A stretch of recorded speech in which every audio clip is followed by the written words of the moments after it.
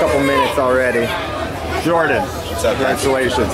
Jordan, as physical as his match has become, has this rivalry become personal?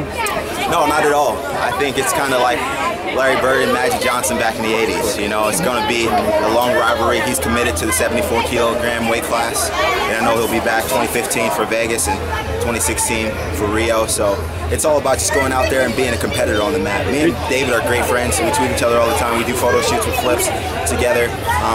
My wife and his girlfriend are good friends. So, you know, it's always a bitter rivalry when we're on the mat. We both want to win. And unfortunately, in order for me to fulfill my dreams, I got to kill his. Were any words exchanged when you guys were pushing each other in that first match? No, but I think it's a common agreement just between the look in our eyes that we both want to go out there and win. We both have a lot on the line. This is our well-being. This is how we take care of ourselves. This is our legacy, and we all want to become legendary in this sport. So that's what it's all about. What did you learn from and apply from the U.S. Open to now? Nothing. Absolutely nothing. I wrestled the same exact way. I just wanted to use my hands a little bit more and get my feet moving. And I obviously wanted to make it into a brawl. You've seen that match was a lot more physical than it was at the U.S. Open. I wanted to go out there and basically fight and see if he wanted to fight back. You know, unfortunately, I was able to come away with a solid victory the first match, and on the second, he had me on my heels a little bit, but that's what it's all about. I happen to be in the weight class with two of the best wrestlers in the last decade, with Kyle Dake and David Taylor, you know, and I'm still leading the charge. So despite all the negativity, despite all the doubters, when the smoke clears, I'm always left standing. You feel like you're being disrespected? No, not at all. You know, David Taylor's great. He's a two-time Hodge winner. Kyle Dake's a four-time national champion. So those dudes are creating a legacy of their own. They're already legendary in the NCAA collegiate ranks, but I think there's obviously another level between collegiate wrestling and world wrestling. So I'm on the way to hopefully winning my fourth world title. You know, Kyle Dake won 4 NCAA titles. So, you know, world titles, NCAA titles, it's apples and oranges when you're comparing on the world stage. You've wrestled the best. You are the best. Where do you think David stacks up on the world stage? Oh, he's tough. He's obviously solid, but in order for me to rank him amongst the world's best, he's got to make a team. And it's my job to make sure he never makes a team. Are you the two best wrestlers in the United States, pound for pound? I don't know. I can't be the determining factor of that. I think that's for you guys to decide. I go out there and do what's best in my training, go out there and try to put on a show for the fans, and, you know, you guys decide pound for pound. Jordan, focus now goes back to the World Championships. You've got 3 in a row.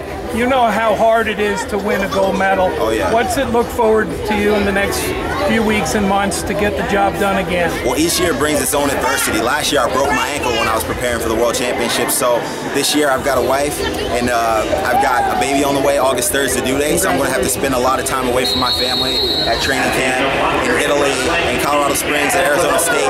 You know, but tomorrow I'll go home and celebrate and mow my lawn and sit on my porch and eat an ice cream cone with some rainbow sprinkles. That's the way I celebrate. Did you do like some Greco-Roman training? Could you change stuff so you open up that double? No, not at all. I don't do any Greco training, but I do a lot of hand fighting. I think something that we pride ourselves on in Nebraska is just using our hands, being heavy with our hands, and just controlling the ties and working the pace and initiating our moves on that guy. They came together in the second match because they had to start hitting that double. At what point did you just realize that it was just going to be there? Well, you know, it's tough because everyone says that's my only move. It's my only move. It's the only thing I got. I'm not really versatile, not really diverse in my movements, but obviously it's my best move. So if you're great at something, you keep going back to it until the guys that you're competing against prove they can stop. What'd your coaches say between matches? Just finish them off. I know how easy it is for you to get complacent between matches. Last year I went from a tech fall against Dake to having an overtime match against Dake. So I didn't want it to go 3. I wanted to go out there and dominate, and fortunately I was able to come out with the win. Jordan, you can't go 10 feet in a wrestling tournament without about 1,000 kids. See all the kids over I mean, does that ever get to be a challenge, or do you still enjoy the fact that kids would like to spend time with you and learn about you? Yeah, for sure. I still enjoy it. You know, it's tough because when you start competing, you really don't see yourself as being legendary. You just want to go out there and make a name for yourself. So whether that's fame and fortune or that's just legendary status, it varies by individual. So when I started wrestling, I just want to go out there and win world championships. I didn't know that this fanfare would follow with it, but I enjoy it. You know, I give these guys something to look up to and aspire to be, and that's going out here and winning world championships and making world teams in a couple years. David will now train with you during the for Burroughs. Is that right?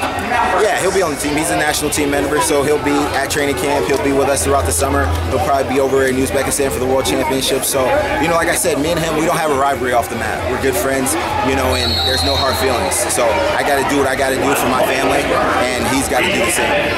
How do you flip that switch, man? You're nice, you're smiling on there, you're brutal, man. Yeah, because, you know, basically this guy's trying to stop and stand in the way of all the things that I've aspired to be over the years. I train extremely hard, I cut weight, you know, I sacrifice time with my family, I run sprints, I wake up early, and I make all the necessary sacrifices and commitments to be the best in the world. I'd be darned if I let someone else go out there and stop me from being what I want to be.